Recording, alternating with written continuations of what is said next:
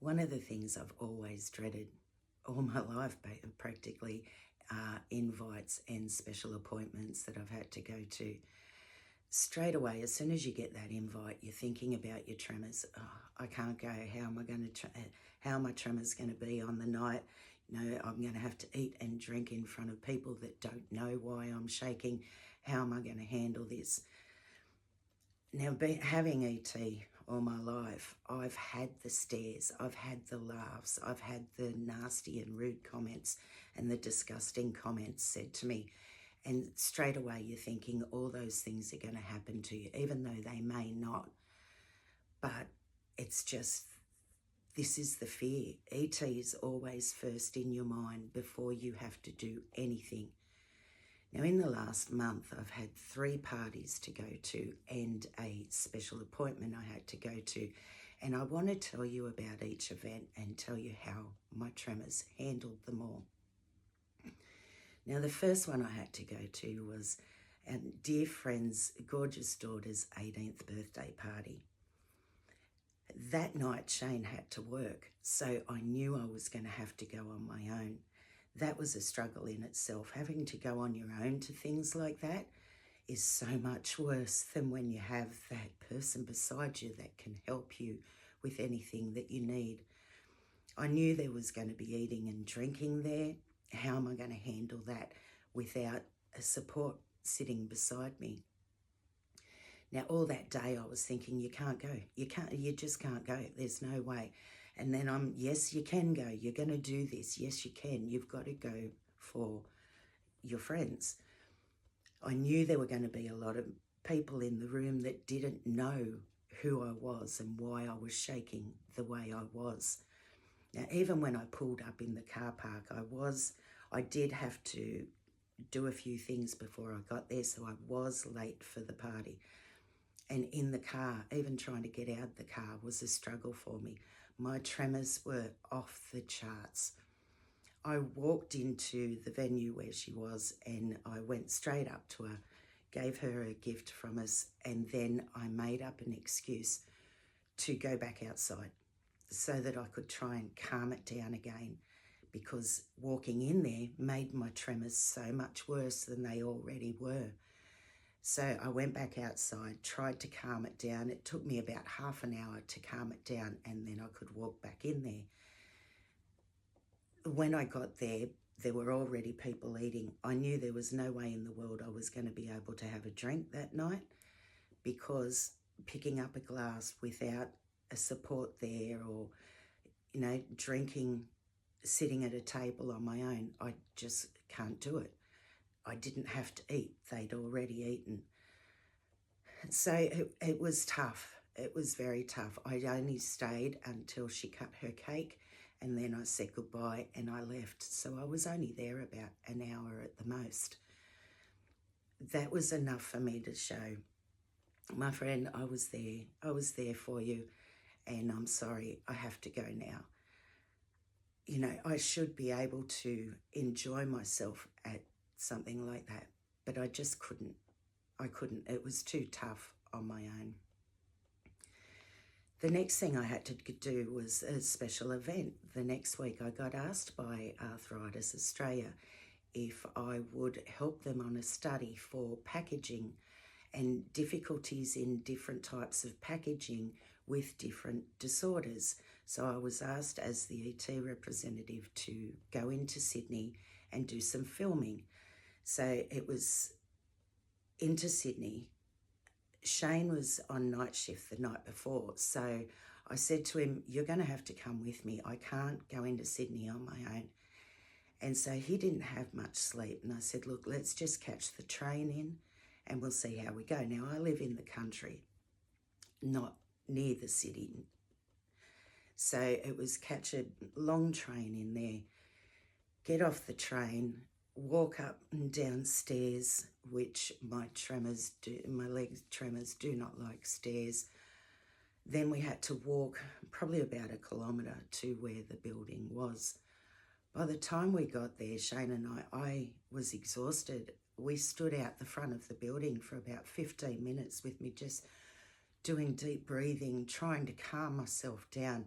Now, for filming and things, I love it. I jump at those chances because essential tremor is a visual condition. You know, the more people that see it and hear about it through filming, I love that. I didn't mind that my tremors were going to go off as soon as I walked in that building, but I had to try and calm them down first before I could even walk in there. And Shane kept saying to me, "Are you right? Can we go in now?" And I'd say, "No, no, not yet. Just let me calm down a bit more. Let me calm down a bit more." As soon as I walked in the building, I'd calmed down enough, walked in the building, my tremors were back off again. That was fine. This is what needs to be seen for filming. After the filming, we had to rush back to the train station to catch that train. Otherwise, we were going to have to wait another hour and a half for the next train. Now, thinking back, once we got home, we should have waited that hour and a half for the next train. We caught that train home, and once we got home, I was exhausted. And even all the next day, my body was so heavy from all the tremors all day long the day before. It was a big day for me, and it took me 2 days to get over it. You know, you don't understand how much it takes out of you until you do things like that. The next one I had was my beautiful sister's 50th birthday party. And the baby of our family is 50. Oh my goodness, we're all in the 50s now. Happy birthday, Beck. So I knew at that party Shane was going to be with me. Our kids were going to be there. Some of our family were going to be there. But there were also going to be people there that didn't know of me and didn't know why I shake. So I would stand with Shane, I would stand with the kids.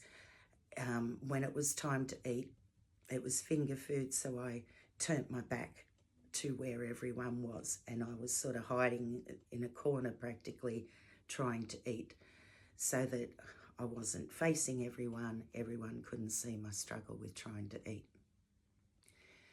Even with my kids and family there and Shane there, I still had to every now and then say, I've got to go and have a break for a bit. And I would walk away, try and calm myself down in my head, thinking, just calm down, you know, it's not that bad. You can do this, you can do this. The thing is, we shouldn't have to be doing that. This should be known so that we can be ourselves out in public instead of being a shaking mess just because we've gone to an event. So we got home from there and we stayed most of the night because I had my safe people around me, and it was a great night for her, and I was glad that it went off great.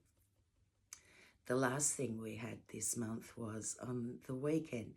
We had our 2 youngest grandbabies' first birthday party, and it was a wonderful day. You know, the sun was shining. It was a lovely day. We're in winter here in Australia, but it was still a beautiful day. We're all sitting out in the sunshine. But an event happened, and you will, as I'm talking about this, you will see my tremors get worse. When I think about when bad things happen and I think about those bad things that happen after the, you know, I could talk about this in another year and my tremors will still go berserk. One of our young family members that were here fell into our fish pond. Now, our fish pond is deep. There was an adult standing beside the child. The adult did nothing.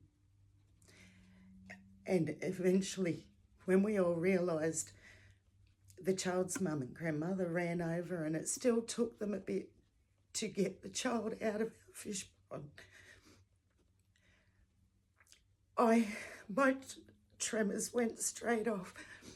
I had to come inside here into my office for about 5 minutes to calm myself down, to be able to walk back out there. Now they got him out, he was okay.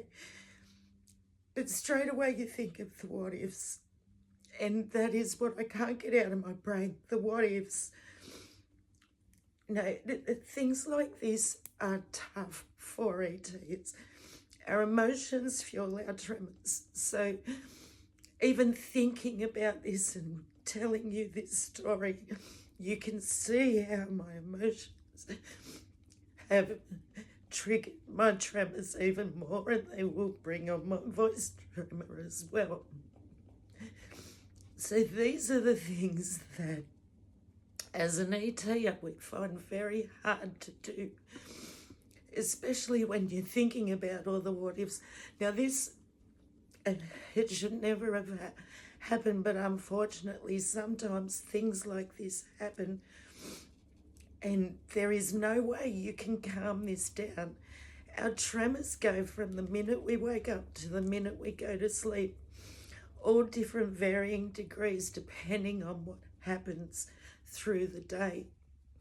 And when things like this happen, there is no way of stopping this reaction from happening. So I came in my office, as I said, and I just sat in here for about 5 minutes, breathing, trying to calm it all down. But as I said, you know, I could retell this story in 12 months, in 5 years' time. And my tremors, we will relive that moment as to how they were on the day. So to the ETers out there, I feel you. I know how hard invites are and how tough things like this are for us. This is why we need essential tremor known around the world, so that we can go to events and be okay. You know, if everyone in the room at the party here on Saturday, I was fine with shaking as I do because everyone here knew about my tremors. But when that happened, even though everyone knew about my tremors, you get that fight or flight. I had to run inside and just be able to calm myself down as much as I could to be able to walk back out to the party. So as I said, to ETs that go through this, especially with events and things like that, I feel you. I'm with you. You know, sometimes we can't help the things we've got to do or the things we've got to go to, and it makes these tremors so much worse. I hope that helps some of our family and friends understand how tough these things are for us.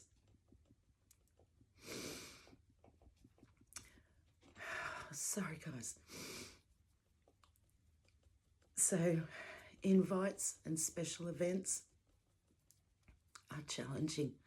I know, I get it. I totally get it. I just hope our family and friends can understand this side of the ET for us as well.